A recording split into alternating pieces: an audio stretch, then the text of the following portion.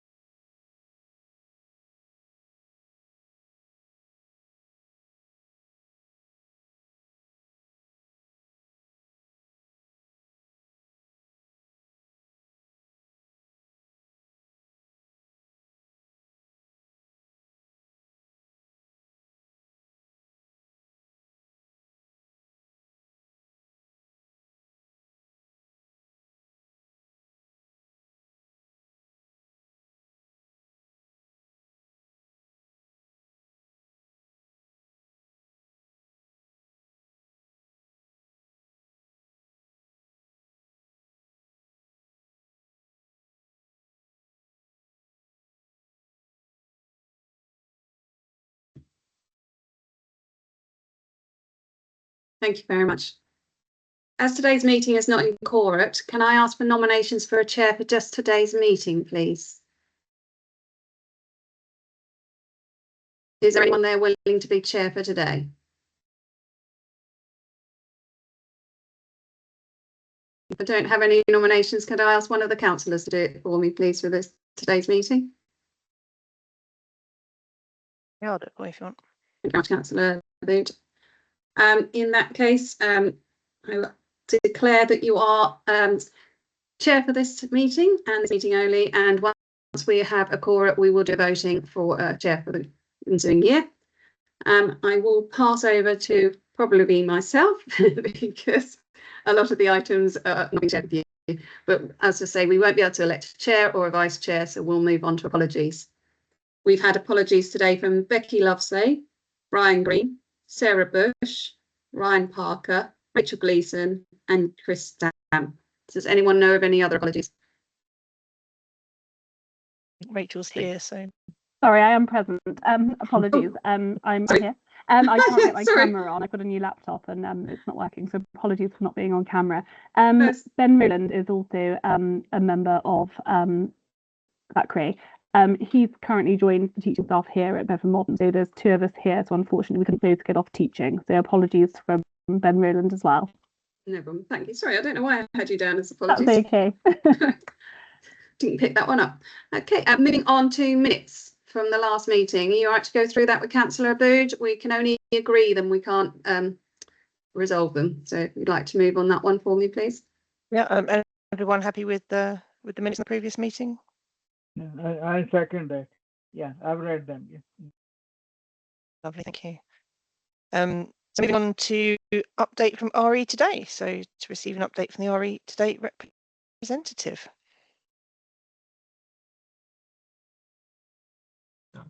Hi, yeah. So can I confirm that all SACRE members have received the national RE update for your borough? Have you all had a chance to read it? I appreciate it's a very lengthy document. And there was a lot of updates. So what I'm going to do, I'm going to go through each section and I'll pause after each section and I'll take questions on that section if that's okay with you. And then, you know, we can there's some quite big updates. And I know I forwarded this to the clerk, and then there's a big section at the back which is really useful to circulate to your teachers, which I believe that's going to happen or has already happened. So I'm just going to start from the beginning. So the first bit in the update is about the NATRE have done a report on the Ofsted report card system. So sorry, NATRE have done a report on the state of RE. So NATRE is the National Association of Teachers for Religious Education. My organisation sponsors and supports them. So every year their research officer, Deborah Weston, takes the temperature of religious education in England, and she has produced a bit of a report card. They're infographics and they're really useful to look at. Then 64% of the UK population think that an education in religion and worldviews is really important, but despite that, 1 in 6 schools report not offering it at year 11. So I know that's quite a large percentage of schools not offering it at year 11. So that's something that SACREs up and down the country are continuing to look at and see how they can support schools. So this year's data shows slightly fewer schools offering no RE. So there's a little bit of an increase there. So we've got less schools saying we're not doing RE at year 11, but it is still quite high level of just under 1 in 6 saying no, we don't do RE at year 11. There's obviously a lot that we discussed in the past. The English baccalaureate didn't include religious education, so a lot of schools just don't offer it. So it's not being taught, even though it's a legal entitlement. So there is a full report that you can access on the hyperlink. Has anybody got any questions about that? Yeah, thank you. I read the report. I agree with you. There is quite high percentage, 1 in 6. So, a detailed report. I think we are waiting for a detailed report. What is the reason? I mean, don't we have teachers or the resources, or what is the reason? I mean, it's quite high percentage. Yeah. What's the reason? What is the reason for schools not having RE? Well, to be as brief as I can, because religious education is not part of the national curriculum, it is locally determined. That has caused a bit of a postcode lottery, and when Ofsted go into schools, they don't inspect RE because it's not part of a national curriculum. So even though it's a legal entitlement, it's considered core content. A lot of schools don't bother teaching it because it's not part of the English baccalaureate, and because they're not being asked. You know, Ofsted is still failing in many incidents to actually ask schools, are you teaching religious education to every year group? You know, what's the quality of it like they are about English and maths and history. So there's a postcode lottery at the minute, and there is no accountability. SACREs work really hard, but there's a limit to what powers you have, and even a local authority has limited powers.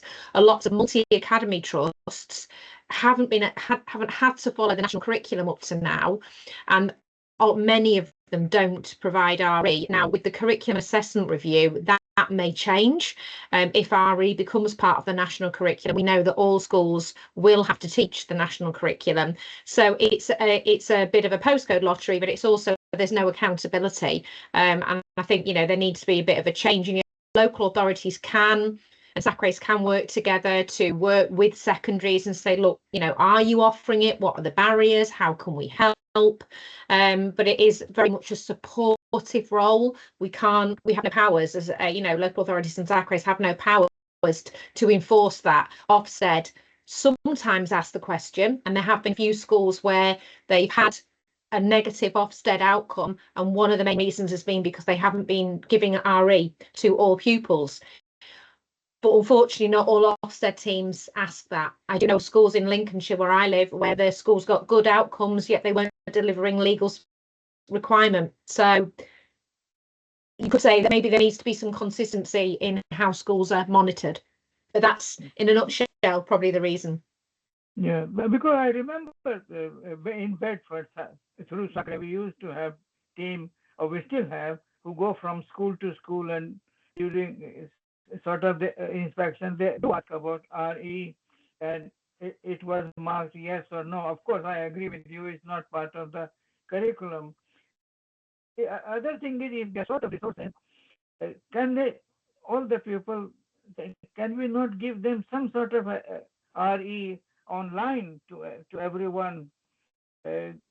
Say 1 week for one faith, another faith, and every faith by turn, just online.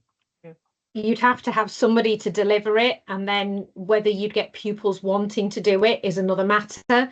There's also been a bit of bad press in some schools. Some pupils don't see the point of RE, but when they have high quality engaging RE, they actually do really, really well. There's a little bit later that I'm going to go into where actually pupils who are disadvantaged actually do really, really well when they do religious education. So it's about those hearts and minds of those secondary schools, convincing them to put RE on the timetable, and sort of saying, yes, it is a legal requirement, but many schools are ignoring that. But what can you look at all the amazing things that will happen if you do RE. Look at all the positives that you get with the personal development and academic achievements. It's getting that message out to heads really. That's they're the ones who make the decision about what goes on in their schools. Yeah. No, I quite understand that. It's a good, what you have described is a very satisfactory reason. But I think in future we have to do something, even if it's not about religion. It creates some sort of discipline in the people, Yeah. Thank you. Thank you. I think Charles, yeah. Yep. Yeah. I think we're talking about two different things here. I think the reason why 2/3 of people say yes, RE is essential, that it should happen through the schools. I think what they're thinking of is the complete educational cycle from early years to Key Stage 4, where it's a perfectly reasonable view that we can add social cohesion and tolerance and respect through understanding each other's mindset, each other's heritage, inheritance, and so on. But I think there's a disjunction between that, which is a whole school, whole child development thing, and the more rigorous academic study that is involved in, at least modern since Michael Gove, and it became more kind of content heavy, more fact heavy. People don't see that level of detail, that level of acquisition of knowledge is a necessary part of mutual understanding and cohesion. So I think we're talking about two different beasts. I think you've got some really good points there, Charles, because RE can be academically rigorous and personally inspiring and develop. When Ofsted go in, they will mention RE in the context of personal development and all those amazing things like social cohesion that you've talked about. But it is an academically rigorous subject, and pupils who are disadvantaged, if they study it at GCSE, do better in it than they would do if they did history or geography. We don't know why, we just have correlatory data, but we don't have causational data. So there are lots of reasons why actually it's a subject that pupils can excel in. Maybe because there's a lot of their own opinions that they put in. Actually, it's something that's they can achieve in, especially disadvantaged pupils. Can I be a little bit anecdotal here about who it's actually taught to at Key Stage 4? I recently did I do school talks, and I recently did a school. We were invited over to talk to Key Stage 4. Normally it happens lower than that. Year 6 is the biggest audience that we get.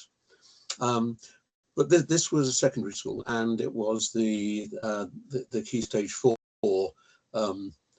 RE students, and the teacher wanted to conduct an exercise, a sort of attitude exercise, where the various that move the kids around the classroom. Where do you fit on a line of believing this, that, or the other? And one of them was, there must have been a creator.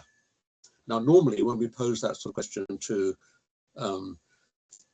more general school audiences, it's normally about 2/3 who say, no, we think it was natural, only about 1/3 believe it. But they all did, bar one. And then there was a question which simply horrified us. For some reason, the question of capital punishment came up, and they were all for it, which struck us as rather extraordinary. And then we realized that there was a significant preponderance of Asian names in the class, and that this was that people who had opted into RE. So it's as though certainly in that microcosm, the the option pool for RE was people who had inherited a strong religious background from their family, and the kind of the mainstream normal secular, because often walking around the corridors it was pretty well balanced demographically.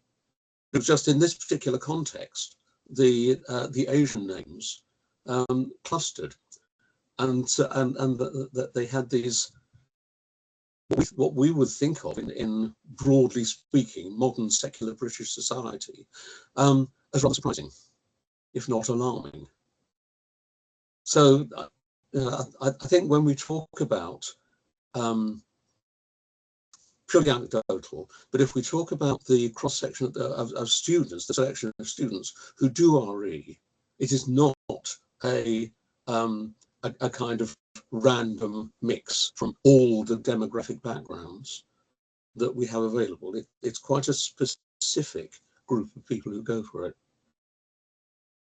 But it can be different in different on the areas. ground is quite important. Yeah, I mean, right? in different areas, I know of lots of pupils who are atheists and take religious education and really enjoy it because there's lots of opportunity to discuss and debate. But actually, it's a legal entitlement for all pupils. And some schools enter everybody in for GCSE. Some schools make it a choice. And I know some schools that do really excellent non-examined GCSE. So they have the children who choose it as a GCSE, and then they have core RE, the children who choose it, who haven't chosen it as a GCSE, but still do an hour a week of RE, and they still have really rigorous RE, but it's not an examined subject, and they really, really enjoy it. But it is actually a legal entitlement, recommended 5% curriculum time for every child up until the age of 19. So but obviously we know that some schools aren't even offering it as an option, and some schools are. But thank you so much. And would you like me to move on, Clark, Chair? Please. Yes, is there any other questions on this section? Yeah, no more questions from that point, and we could talk for hours, couldn't we? I could talk for hours on RE. It's a massive debate that all RE experts are talking about. We are hoping for some significant change, but we'll have to wait and see. So the next bit was about examination data.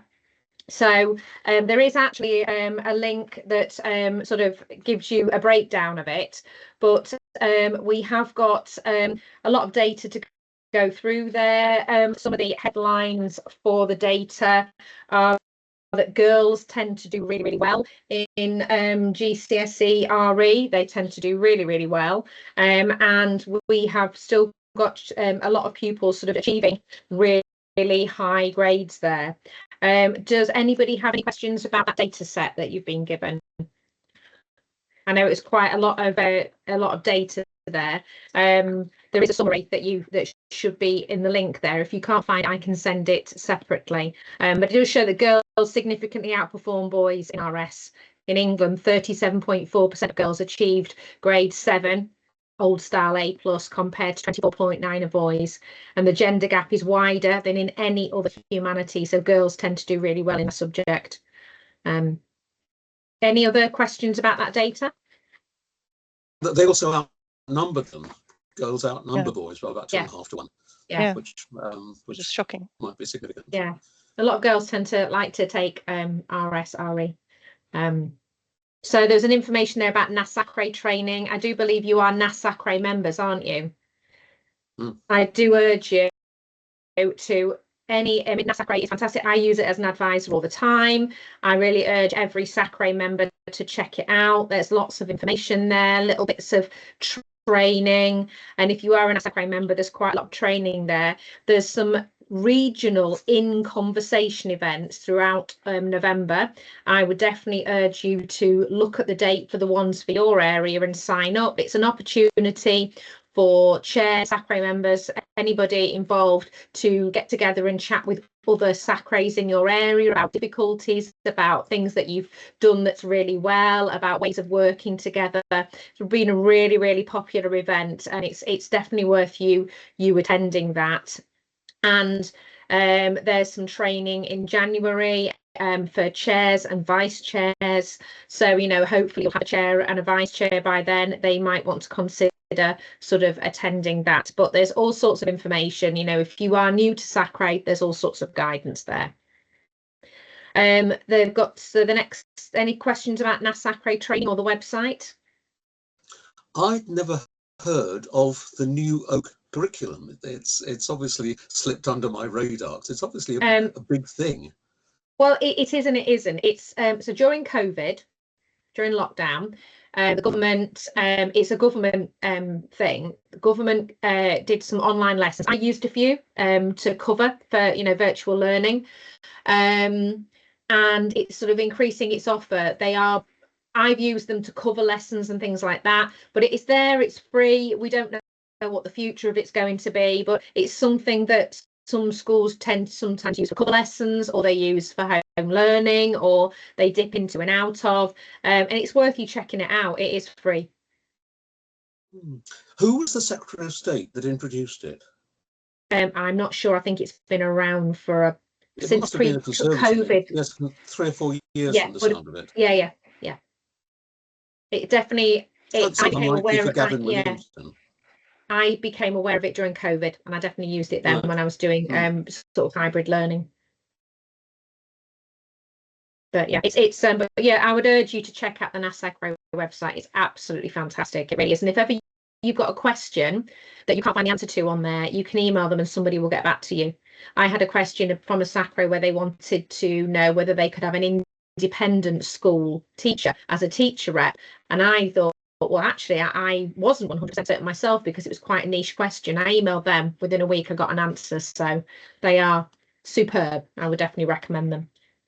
I did find, sorry, again, anecdotally, I did find a wonderful example of artificial stupidity, where I was following through it. There was a frequently asked questions thing, and one of the questions was, does oak cost a lot?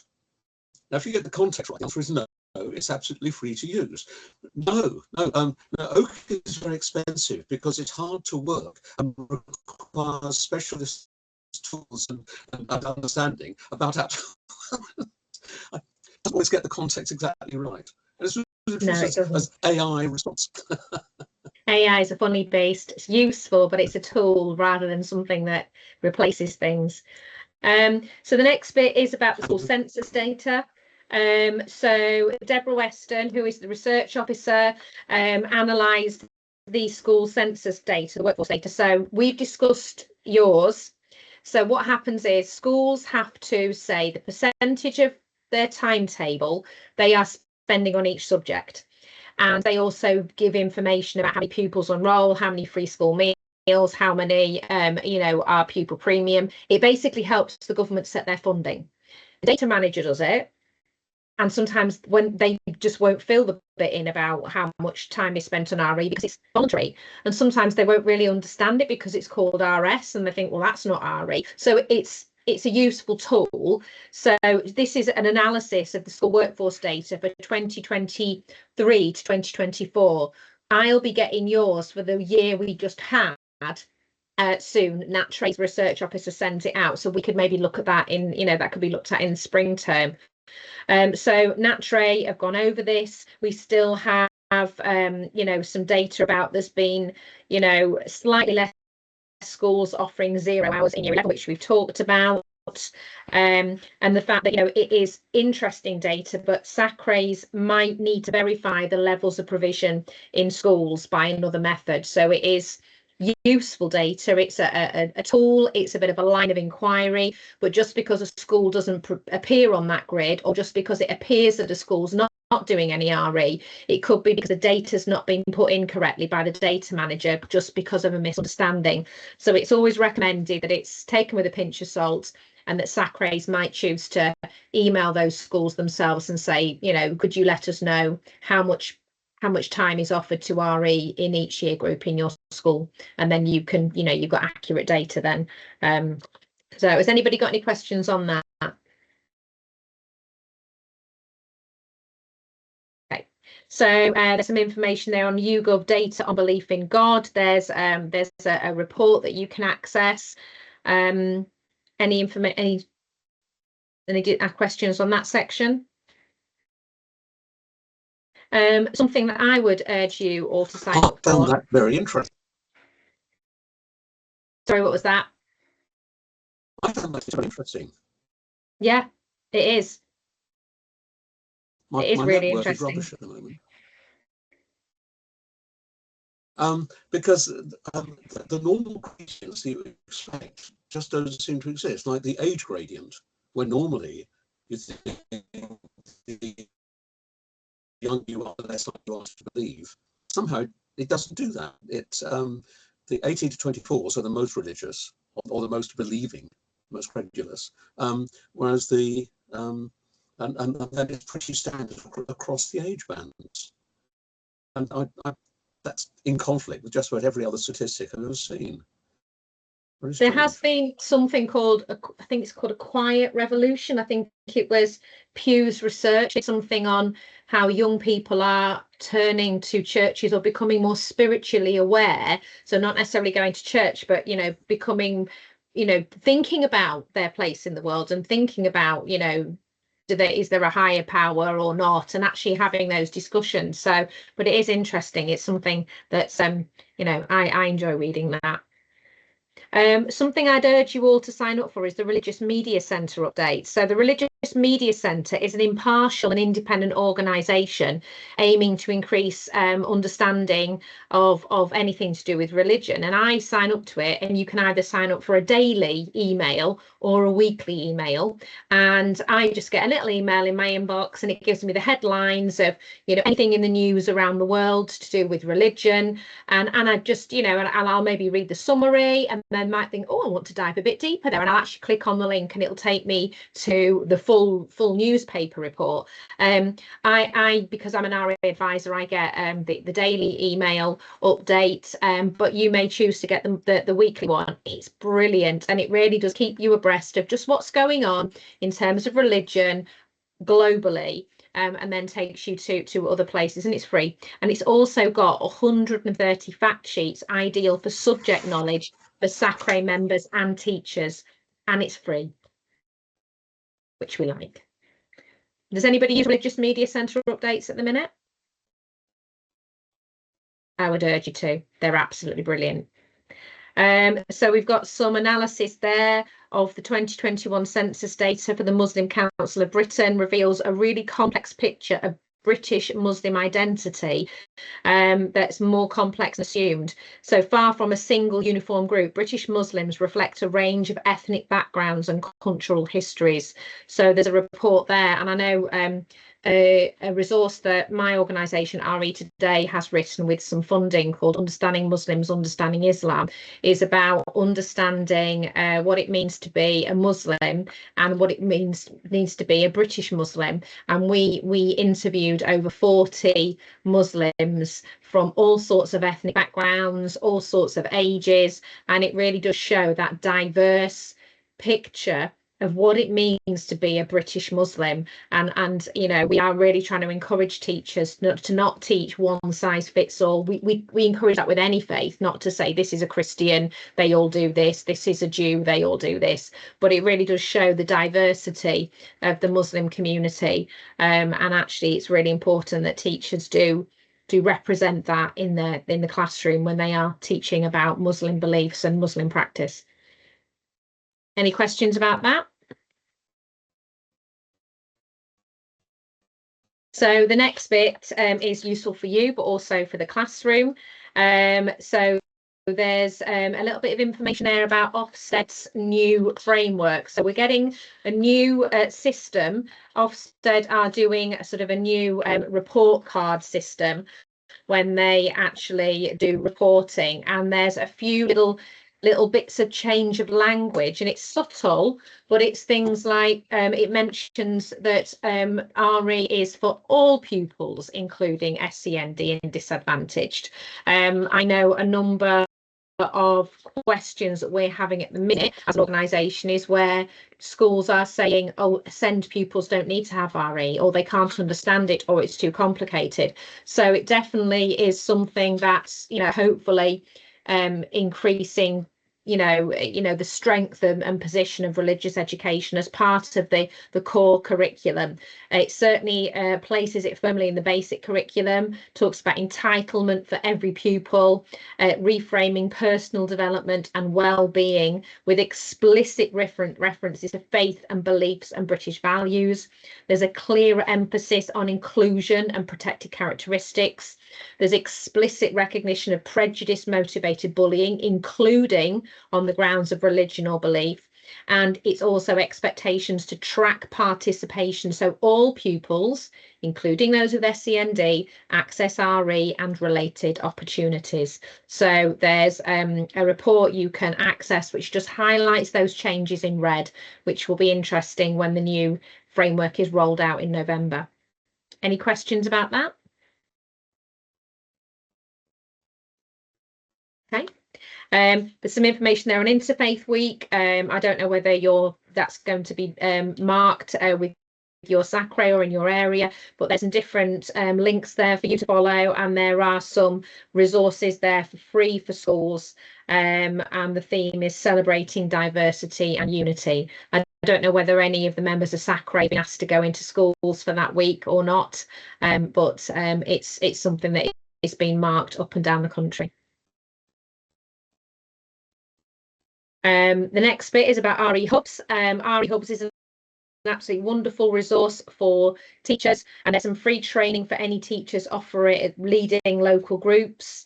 But also, as I've mentioned before, there's some accreditation and free CPD for school speakers. I strongly recommend any SACRE member who's going into schools, if you haven't already done that, to do that free CPD session. It's only a couple of hours. You can do it virtually, and it's sort of then your name goes on the RE Hub central database of people who have been through that kite mark accreditation, and schools can contact you to either be a speaker or to go into their schools. Have any members actually done that kite mark accreditation?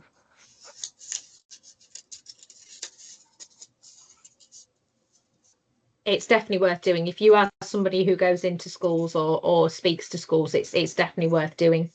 There's a webinar for on the 6th of November for anybody teaching A-level religious studies, so that's again free.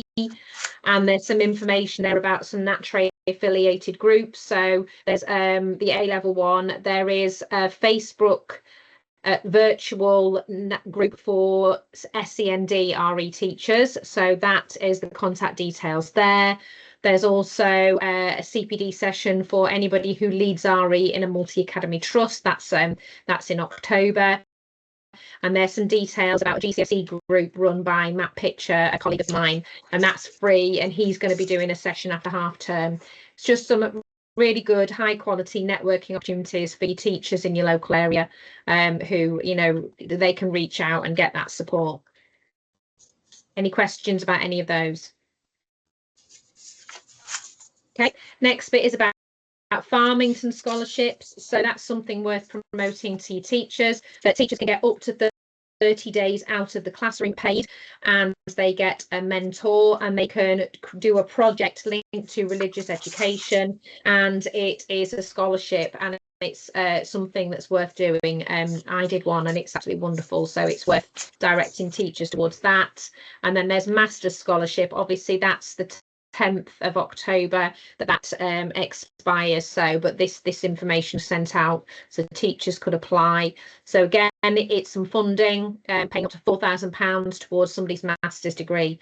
I think anything like that is really positive in encouraging people and giving them financial support. And then there's some information about different training opportunities for teachers. Any questions about any of that?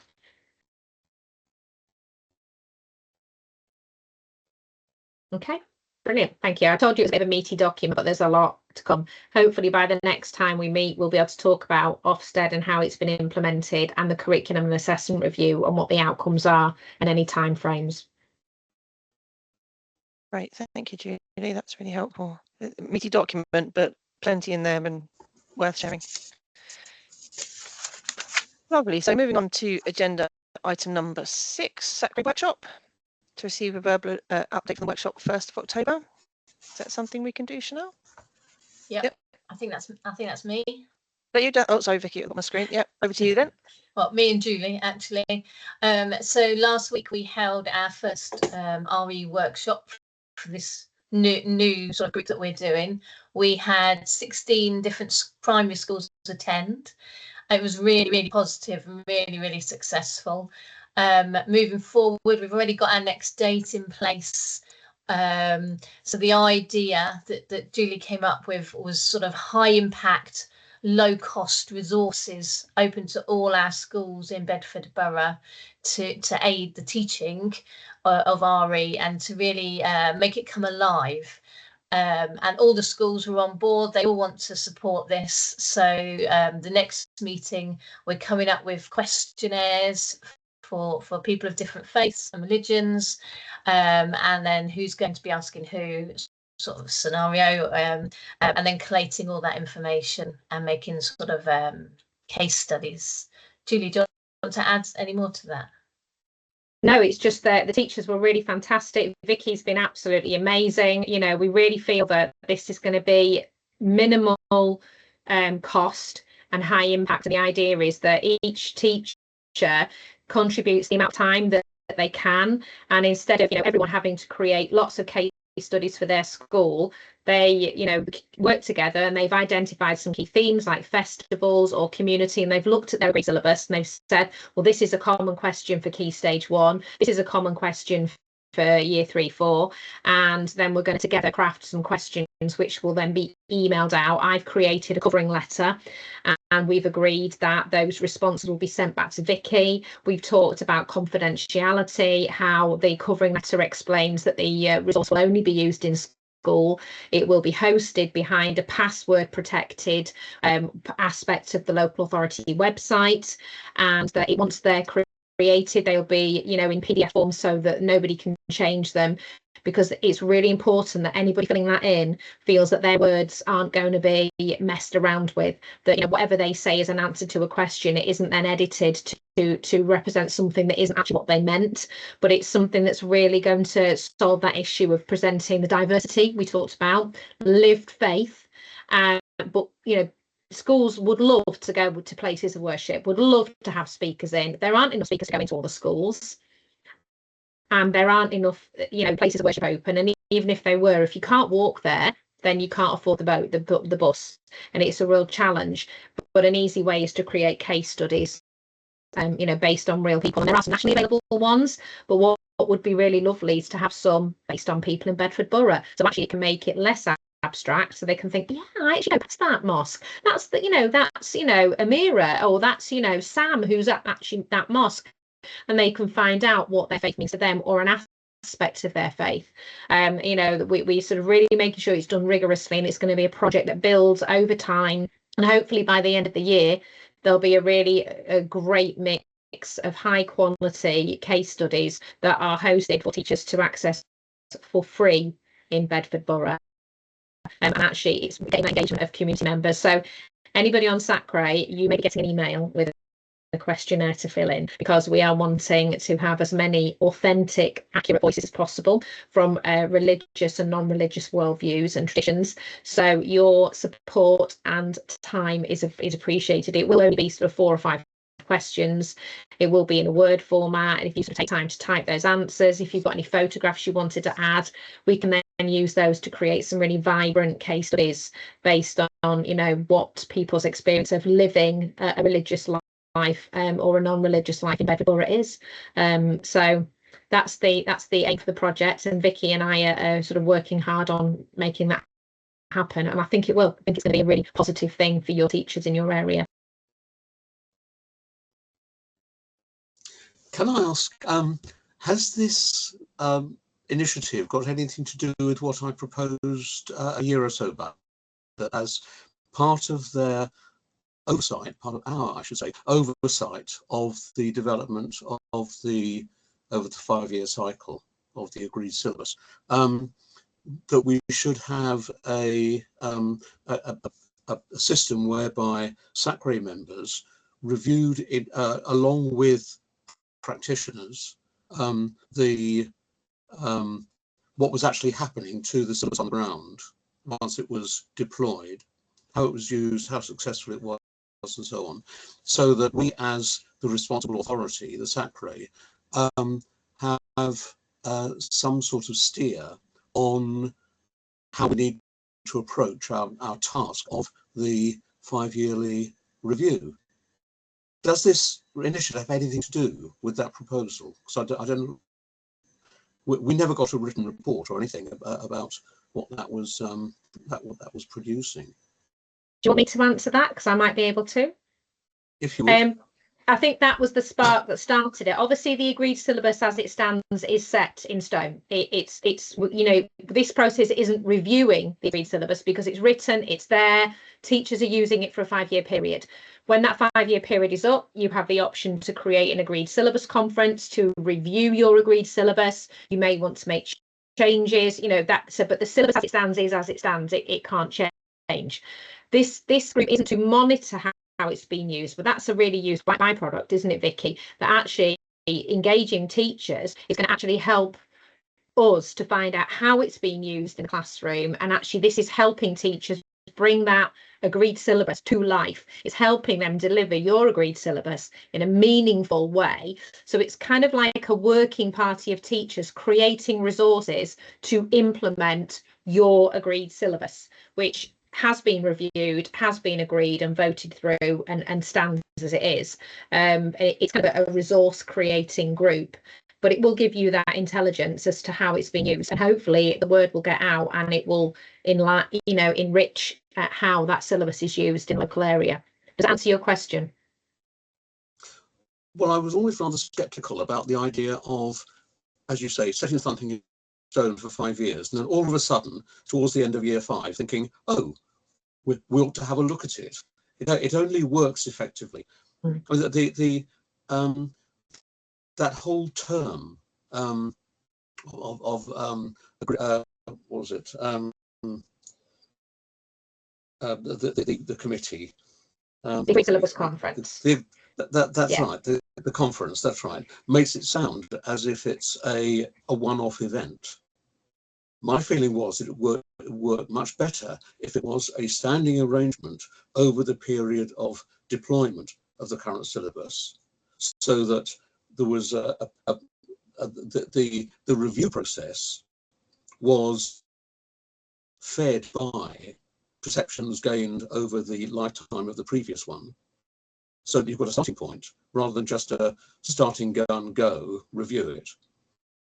An agreed syllabus conference isn't a one-off event. So what happens is an agreed syllabus conference is a separate body. It's completely separate. So usually that can take about a year. And the agreed syllabus conference is set up, and then one of your first points that you would do is find out what teachers think of it, find out how they're using it, do they like it, and you might do that through a survey. You might also use anecdotal evidence that you have from your engagement with teachers through network groups, through working parties like this, but that you don't sort of review your syllabus over the 5 years.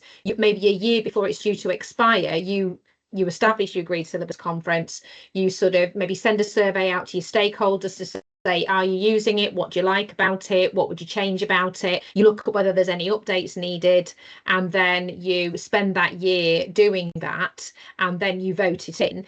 But it's a useful way of the job of a SACRE is then to support teachers.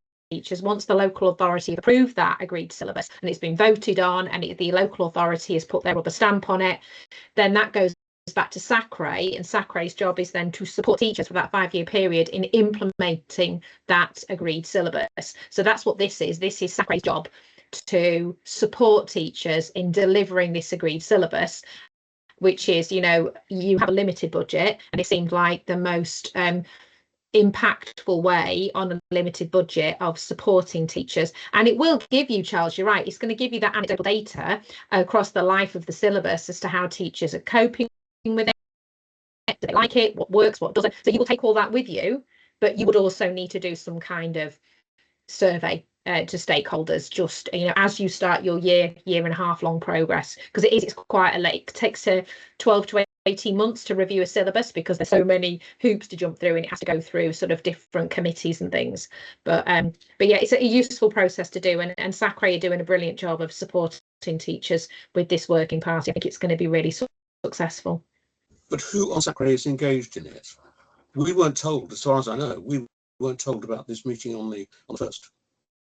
It's a working party of teachers. It's something that Vicky, as sort of, you know, local authority link, and myself as a RE advisor, we're facilitating a teachers working party. It isn't to check up on teachers, and it isn't to ask them how they're getting on. It's to help them create a resource. It's like a working party to make resources because there is a limited budget. So that's what it's for. So you're welcome to come and be part of the process and help support make the resources. The more the merrier, but it's teachers getting together and facilitating them. And Vicky and I've been asked to come and support, and Vicky's leading on it. Can we be informed then when these meetings are and where, so that so the option is open to us as SACRE members who have, as I've said, oversight of that process theoretically? Can I just mention, it was mentioned at the previous SACRE meeting that we were doing this because we were talking about we've got our first one coming up kind of thing, and then we were going to feed back here after our first one like we are now. But yeah, moving forward, we can send the link out to you all. That's not a problem. The more the merrier, but you will be informed every time there's a SACRE meeting. You'll get a progress update. You know, it is a working party of teachers, but you know, if you want to come along and support, fantastic. I'm sure Vicky and I would be happy to have you. Thank you. Any more questions on that? Sorry, can you hear me? Yep. Hello, so it's Rachel. Apologies, I'm sat behind the camera nodding and smiling, and you obviously can't see me agreeing and doing his thing. I just wanted to say thank you to Julie and Vicky. I'm sat here as a teacher and I'm in secondary school, but I just know how important it is to get teachers together in order to support and to kind of offer that community of support when people are using that document in a very live setting and having to use it day to day.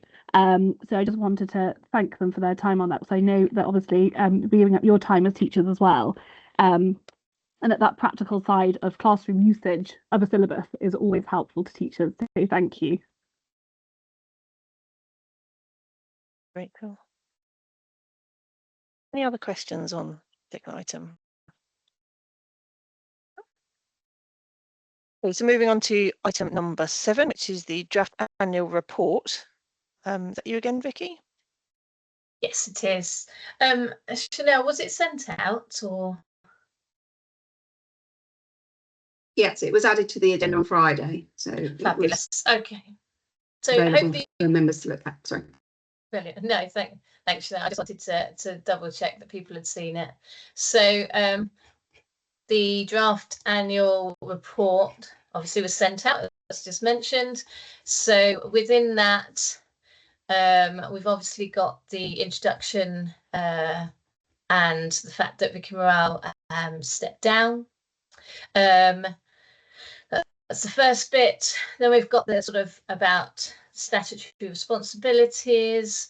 The bit I'd like to mention is our data, which is for Bedford Borough. That's not yet included because we don't have that data. It's not been released by the DFE to add data people. So we haven't got that yet, but that will be added in. And I'm guessing Chanel will share that at a later meeting once we have got that data. Yes, especially as we're not in court today, so we can't actually put things through. Yeah, that's fine. So hopefully you've all had a look at it. Has anyone got any questions or anything about that document? Well, sorry, when did it become available? Because I downloaded the agenda and appendages about last Wednesday. it came online, sorry, on Friday morning. I think it would be helpful if we were told that. That's fine. Yeah, I will take that back, and yes, in future, no problem. Yeah, sorry. Well, if I can give it until Wednesday before I send it off. So if anyone has got any feedback on that they'd like to send myself and Chanel, please do, and then I can amend that document before submitting it formally. Thanks. Sorry, Vicky, was that tomorrow as Wednesday tomorrow or next Wednesday? Oh, I can do it. We can do it for next Wednesday. That'll be fine, won't it, Julie? It's not. Just thinking, when's that got to be in by? It's actually got to be in by the end of December, but you don't actually have to vote it through SACRE. So it's good practice that SACRE have sight of it. But the fact that the chair has written if there is a chair's instruction, and obviously this is basically a reflection of what's in the minutes. There's nothing in there which is a secret or a surprise. It is a summary of everything that the SACRE have done for the last academic year. It's taken from the minutes and the documentation that has been shared with all of you. So you don't have to vote on it, but it's good practice that you've seen it. So all that needs to go now in is that data that will come out from the DFE that Vicky can put in, and then that can be sent off to the Department for Education, and it will then, the final report will be shared with you. But it's just a report on everything that SACRE has done and how it's advised the local authority on matters of religious education. Brilliant. So if we could have we'll give it a week then, Wednesday next week, which is the 15th. If anyone's got any feedback on that, they want to give myself or Chanel by the 15th, that will be adapted, and then as soon as I've got the data, that will be submitted. I suggest then perhaps that we send it out to all members of SACRE and just ask them to confirm that they've read it and come back with any comments, so that at least we know that they've read it and not just radio silence after we've sent it out. Might be helpful. That's no problem. I can get that done after the meeting today. Thank you. I'll leave that in your capable hand. So, excuse me, that concludes item number 7. So we've got item number 8, which is determinations. Does it consider any determinations? That's come up with you, Chanel. Yes, there were no determinations received in the academic year, so we just need this in the agenda so that it is noted. Yep, excellent. Correspondence, any correspondence received? I have got down, we've obviously sent 6 emails out since the last meeting with various documentations, virtual training, newsletters, obviously the SACRE autumn update. Yes, just to confirm that we have had 6 lots that have gone out to members, so you should have received those. That's it. None other that I know. Don't know if anyone else any other members know of any. No, doesn't seem that way. Membership update, details of vacant positions. Okay, this was posted on with the agenda. We currently have a few vacancies. We have SACRE Buddhist ones. We have actually contacted, Julie was helpful enough to give some contacts on an email address at the last meeting. We've emailed that, but we've not heard any responses. We have a possible candidate for the Church of England group, but they may be able to join in the spring term. So that's being ongoing work with the Diocese of St Albans. So they're working on that. And we put out an advert in the school improvement newsletter. I think that went out about a couple of weeks ago, asking for any representatives of the teachers' associations to express any interest, but we've not heard anything back, unfortunately. So we are still looking for members and trying to be quite active in this. Obviously today we've not had the best of turnouts, but hopefully going forward it's just a blip. And yeah, that's all I've got to say, unless anyone's got any helpful tips on that one. It'd be most greatly appreciated. Suggestions through to Chanel, please, of anyone we can contact. Just to say, you may need to keep chasing up if you've emailed any of the national bodies on that still standing document, and also with the diocese, you may need to keep chasing up. Persistence is key there. I know it's annoying, but you're brilliant at that, Chanel. You're amazing at that. Well, obviously Ryan, who's not here today, he's he's a good contact at Church of England, and he's knows the person that hopefully is going to join us in the spring. So yeah, it has to come from the diocese there, even if you know somebody. Oh yeah. You know, and it can be somebody who is actually working at a Church of England school.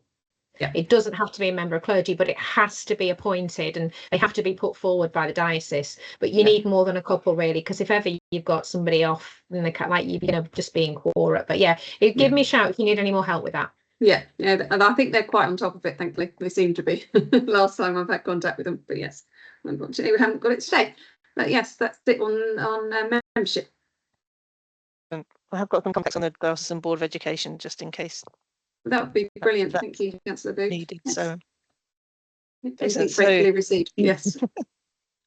that's item 10 sorted out. So item 11, news updates. Has anyone got any news that they'd like to share? I would just say that actually Ryan Parker's off today because he's on paternity leave, but I don't have any details. I do believe it might be his third because I have seen some of the minutes previously where he had a second. So yes, but haven't got any further details on that. We pass our congratulations on to Ryan. Thanks. Okay, so moving on to item 12 then, dates for future meetings. We have the 10th of February and the 2nd of June in the diary. Hopefully those are booked well enough ahead so that everybody can come along. Is there any other business from anybody? Just, I know it's not on the agenda, but anything else, anyone else wants to raise? No? Well, can I thank you all for your attendance this morning, and enjoy the rest of your day. I'll call this meeting to a close. Thank you, Chanel. Thank you, Vicky. Thank you, everybody else. Thank you, Sue, for running the meeting. It was very good. Thank you.